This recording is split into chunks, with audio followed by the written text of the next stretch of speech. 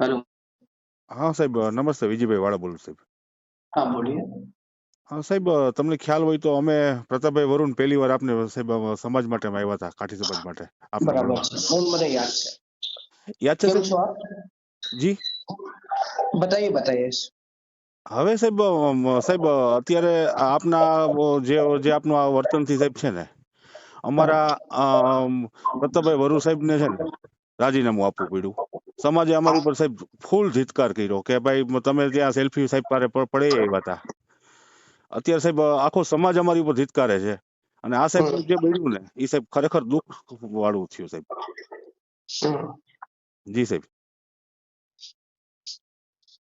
તો હા, बताओ શું કહેવા માંગો છો મારાથી? હું સાહેબ આપને એ કહેવા માંગુ છું કે સાહેબ અમે પહેલી વાર આપણે મળવા આવ્યા હતા, આપને ખ્યાલ છે?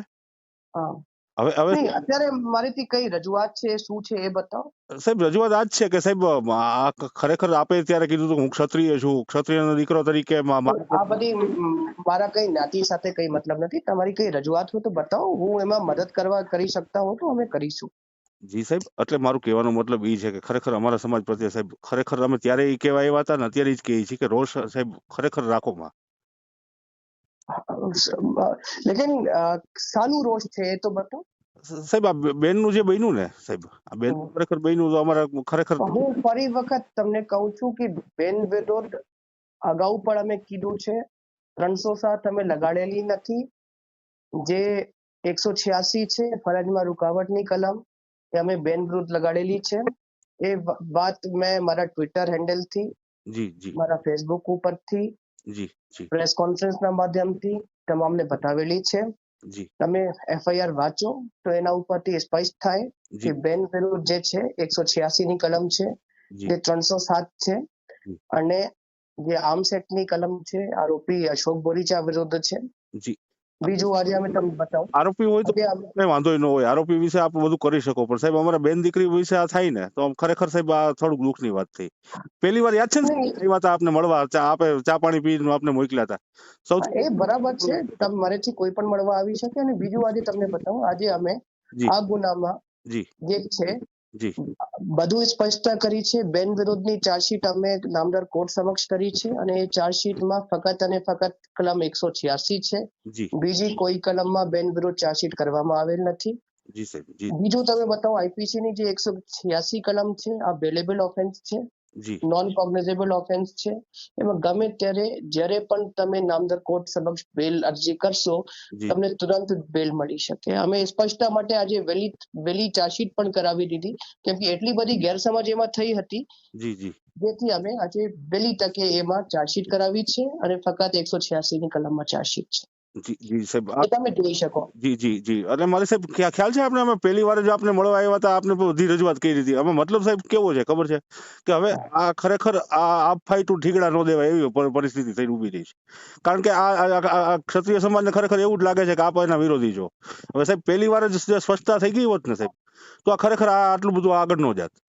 તમે આજે તમે મને એક વોટ્સએપ કરો તો હું મારા પ્રેસ નોટ અને આજની અમારી જે બાઇટ છે તમને બતાવી શકું, જી મોકલી શકું, જેથી તમે આવી ગેરસમજ દૂર થાય અને આગળ તમે મોકલી શકો છો। અમે અમે આને હિસાબે સાહેબ અમારા જે સમાજના પ્રમુખ હતા ને પ્રતાપભાઈ વરુ, એમને પણ રાજીનામું આપવું પડ્યું, અને અમારી ઉપર સમાજ એટલું બધું અત્યારે રોષે ભરાયેલો છે કે તમે પહેલી વાર સાહેબ પાસે સેલ્ફી પડે આવ્યા, તમે ચા પાણી પીને તમને મોકલી દીધા, સાહેબે તમને સમજાવી દીધા, ત્યારે સાહેબ અમારો શું હતું કે ભાઈ એસપી સાહેબ અને સમાજ વચ્ચેની એક સારી એક મંત્રણા થાય। ભાઈ અમે ખોટા કામ નહીં કરીએ। અમે જે આરોપીને પકડવા ગયા હતા એ 18 ગુનામાં વોન્ટેડ આરોપી હતા, અમે એના ઉપર એની 32 ગુનાઓ છે। દલીલ કરી ન શકીએ સાહેબ, એમની અમે રજૂઆત નથી કરતા। આ તો પછી અમે આરોપી પકડવા જાય તો કોઈ અવરોધ કરે તો એમાં અમે એ કલમમાં એના ઉપર ગુના દાખલ કરેલા હતા। જી જી હવે વધુ સ્પષ્ટતા માટે આજે અમે વહેલી તકે ચાર્જશીટ પણ કરી નાખી છે। ફરી વખત હું તમને બતાવું છું, જી અને 186 મુજબની ચાર્જશીટ થઈ છે, જી એ તમે જોઈ લેજો, કોર્ટમાં કન્ફર્મ કરી લો। એમાં બેલેબલ ઓફેન્સ છે, જામીન પાત્ર ગુનો છે, એમાં તમને બેલ મળી શકે તેમ છે।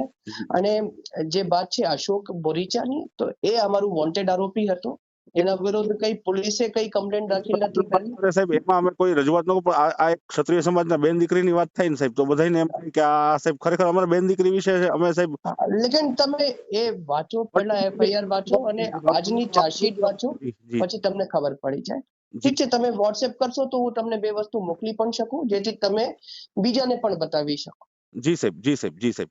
હા, ઓ સાહેબ, ઠીક છે. અંતમાં સાહેબ અમારે એક આશા રાખીએ કે સાહેબ ખરેખર તમે પોતે ક્ષત્રિય છો, ત્યારે પોતે તમે કીધું હતું કે હું ક્ષત્રિય છું ને કોઈ બેન દીકરીને હું ઘરે ભાઈ દેખો, અમે પોલીસમાં અમારું કોઈ સમાજ નહીં હોય, હું ક્ષત્રિય હું બ્રાહ્મણ હું, જે પણ હું, એ જુદી વાત છે. પૂછું છું. લેકિન હાલ તો અમે આપણે આ ગુનાની વાત કરીએ, જી જી જી ઠીક છે. અને ગુનામાં જે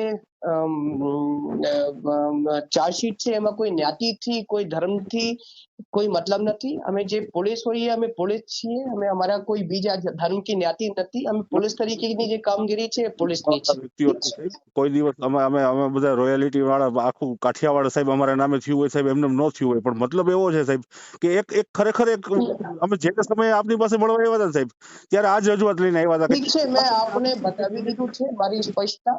જી સ્પષ્ટતા કે જે ગેરસમજ થઈ છે એ બાબત મેં તમને તમારું ધ્યાન દોર્યું છે. Thank you. હવે તમે ઠીક છે, ઓકે. ઓકે.